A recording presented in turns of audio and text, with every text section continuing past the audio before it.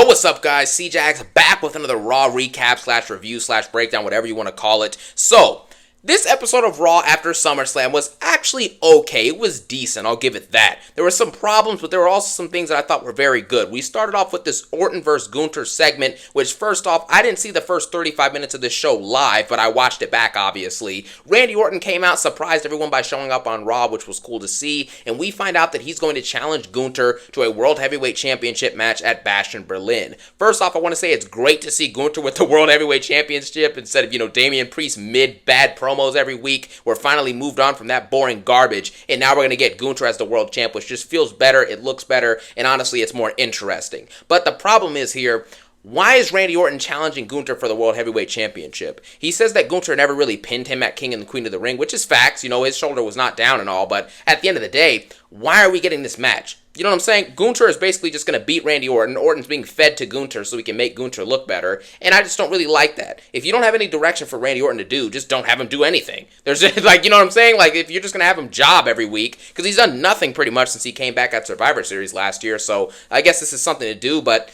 I don't know, man. Him just losing just for the sake of Gunther for his first defense in his home country or whatever, I don't know. I know Gunther's from Austria, but you get the point, right? Germany's close to where he was, growing up, whatever. So, I don't know about this match. This segment was decent. It was cool to see Orton back. The promo was solid, but I don't know if I'm really that excited for this match because we know Gunther's going to win. Anyways, next thing was Ludwig Kaiser versus Sheamus. It was good to see Ludwig back, but, Sheamus versus Ludwig was apparently a good match. I didn't watch it. Like I said, I didn't see the show live, so I didn't see this match. I'll watch it back later, maybe, but I don't really care about this, to be honest. Sheamus and Ludwig, I'm sure it was a good match, but I didn't watch it. And then you had first look at the Judgment Day, the new Judgment Day with Finn Balor, Liv, Dom. Finn Balor's head takes up 95% of the frame, so I'm actually shocked they were able to get this shot right here, but his veins are popping out of his head, and he basically cuts a mid-promo. Finn Balor is not convincing at all. He's not convincing as a heel or as a face, realistically, right? He just kind of needs to be one of those guys who's an undercarder slash mid-carder, like he's been for the last 5 to 6 years of his career.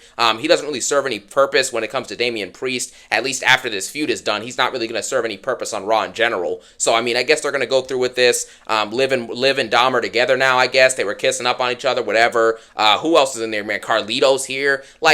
I'm not interested in this new Judgment Day until, Damian Priest and Rhea start getting involved with them in the ring, right? Unless that happens, I don't really care about the individual promos that they cut. Nobody cares about these dudes. Now that Damian and Rhea are out of the Judgment Day, there is no Judgment Day, realistically. This feud's gonna, this group, this faction is gonna pretty much die out soon. Now the next thing that happened, Rollins came out actually and got destroyed by Bronson Reed, which was actually pretty hilarious. It makes no sense. This segment is the most pointless booking I've ever seen in the last 2 years of WWE. And I haven't even been watching consistently for the last 2 years. I've only been watching consistently for a year. And this booking makes no sense. First off, Seth Rollins comes out and he acts like he's going to fight against CM Punk because he's mad at Punk, right, for SummerSlam and doing the GTS and everything. Then after that, Drew McIntyre shows up in the stands. He's got Punk's family's bracelet on. Punk runs out of the ring and goes and chases Drew McIntyre while Rollins stays in the ring. And then Bronson Reed comes out of nowhere and just beats the crap out of Seth Rollins and does 6 splashes to Seth Rollins, which is just insane. The crowd was eating it up. The crowd tonight was absolutely incredible in Baltimore, by the way. Just want to give them a shout out. They did a phenomenal job, man. The crowd was awesome.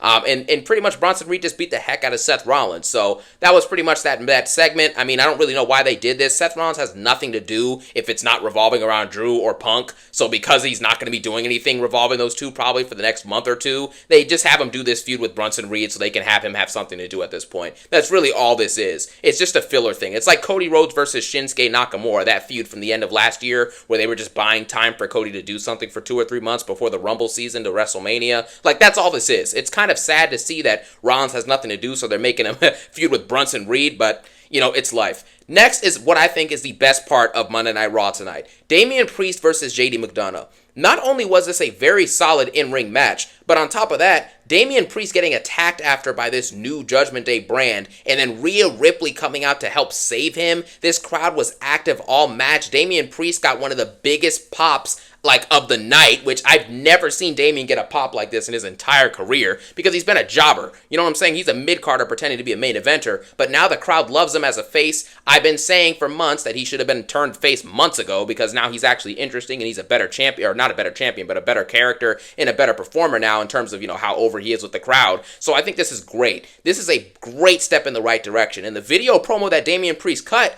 was actually not garbage. One could even say it's probably his best promo he's cut since WrestleMania 40, around that time. So Damian Priest is definitely improving. He's more over with the crowd now than he's probably ever been inside of this company. And now you have that combined with the fact that Rhea Ripley was already super over, and now she's a full-on face. These two are going to wreak havoc, and they are going to do some great things, man. I'm really excited to see Rhea and Damian. They have me cheering for them now. Like, they did a great job with these two, and these two are going to pretty much carry this feud heading forward. Liv Morgan is not really anything. Dominic Mysterio is also a nobody, in my opinion. All these people in Judgment Day right now are nobodies. JD McDonough is a good wrestler, but other than that, he doesn't serve any purpose. Carlito's a jokeman. I mean, he's just pretty much out there to do comedic relief. So, the Judgment Day is pretty much garbage without Rhea and Damian, but Rhea and Damian themselves are going to be great without the Judgment Day. You get what I'm saying? So this was an awesome segment. The match was good, like I said. The stuff afterwards where they're fighting, and Damian is just, he's really easy to cheer for as a good guy, right? Because you've seen him be, kind of mid and kind of tossed around in the roster the last 2 years, and to see him finally step out of that and finally become relevant, and you have the crowd cheering for him. He's fighting back in these matches. He's yelling and doing these big strikes and kicks. It's really, really good for his career. Trust me, man. This run he's about to go on will be the best of his career, 100%. Next, you had Odyssey Jones debut. I don't even know why I don't even know why I'm talking about this. I don't really care about Odyssey Jones or the New Day. They're kind of an old and washed up group. Nobody really cares about this. Karrion Kross comes out, does nothing. Who cares? Then you had Damage Control versus the Jobber Squad, which is Sonya Deville, Shayna Baszler, and who's the other person? Tony Stark's daughter, Zoe Stark, bro. Freaking Tony Stark, man. Zoe Stark goes out there. They attack Damage Control in the backstage in the locker room, and then after that happens, they go out and have a great match. Io Sky and Sonya Deville actually had a pretty good match. It was carried by Io Sky, obviously, because Sonya Deville is a walking botch fest. However, this match was actually pretty good. It was entertaining. They had the big, high-flying spot with Io Sky hitting the moonsault, and then Kairi Sane hit the big elbow to I forget if it was Zoe Stark or Shayna Baszler, but whatever. She hit a big elbow. And then after that happened, the match pretty much ended. Io won. And this is a pretty good match. It was a nice segment.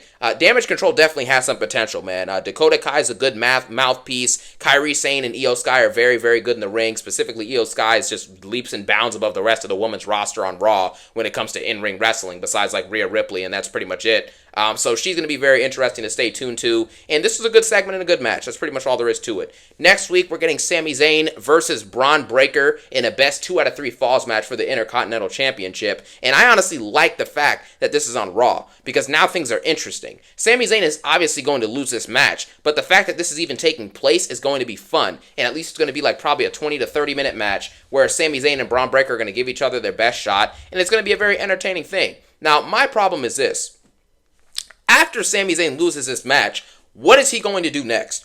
I don't really care about Jey Uso and Sami Zayn winning the tag team championships, unless the bloodline gets involved. If Jacob Fatu or Tama Tonga or Tongalo or Solo gets involved in their business, then it's interesting to me. But if not, nobody cares. Unless it's Jey Uso and Rhea Ripley or something like that, or, Jey Uso and Sami and them, like, nobody really cares. Let's be honest here, right? So, we'll just see what happens next with this entire situation. I'm not super excited for it, but I am hyped for that match next week. I think that's going to be a fun and very good main event, which I don't know if it's going to main event, but I'm pretty sure it is. So, we'll see with that. And then we close out the show. Uncle Howdy officially debuts, man. The Wyatt Sicks debuted versus, what do they call it? The American-born or American-made. You had 3 months to come up with a nickname for this Chad Gable and Julius Creed and Brutus Creed team name, and you came up with American Made, bro. Are you kidding me right now, man? It is embarrassing. It makes absolutely no sense. And quite frankly, I don't really care about Chad Gable anymore. This dude had just had the best 3 months of his career from late April to pretty much early July, and then all of a sudden, he's now a joke. He's a joke. He's feuding with Eric Rowan and Dexter Lumis, who the Wyatt Sicks in this match actually looked pretty good in the ring, but what separates them in the ring from, like, what? The Street Profits, who are way better than them in the ring. You know what I'm saying? Apollo Crews and Baron Corbin, who are equal to them in the ring pretty much, if not a little bit better.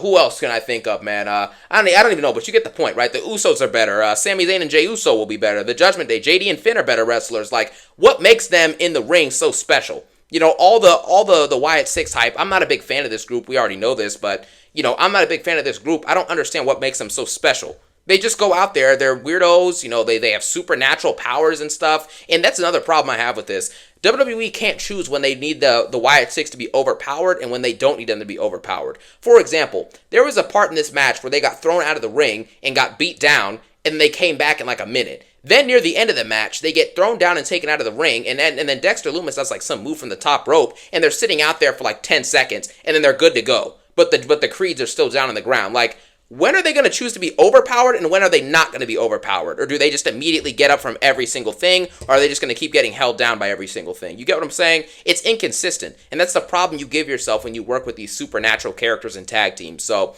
it was a good in-ring match. I'll give them that. They did a lot of cool moves and everything, but what makes this really special? You get what I'm saying? This is supposed to be some special supernatural epicness, and all I really felt was just another, solid 3v3 match. So I don't know, man. I'm not really impressed with Uncle Howdy and the Wyatt Sicks. I think they really just missed their timing on it. They built up to it so much, and the fact that all we got is a match that, is like probably a 7.5 out of 10, and we can really get this match from pretty much any other serviceable tag team inside of the company. Like, really? You know what I'm saying? Like, this was kind of just a waste of time, but overall, the show itself was good. Not good, actually. I'd say it's like solid. It's okay. I give it like a 7 out of 10, maybe a 7.5. It was a pretty solid show. Not really that great for a Raw after SummerSlam, though, is a problem. It's disappointing in that aspect. And like I said, there's a couple things that just didn't work for me this show. But overall, it's decent. We'll see what happens next week. All I know is that this week's SmackDown is going to be a banger. Roman Reigns is back. And, he's already had over 100 million views in like 2 days. So, I mean, it's going to be crazy. SmackDown is going to be better than Raw once again, like it always is. And it's not really that close. So, let me know what you thought about Raw tonight. And as usual, I hope you guys have a phenomenal day. Peace out.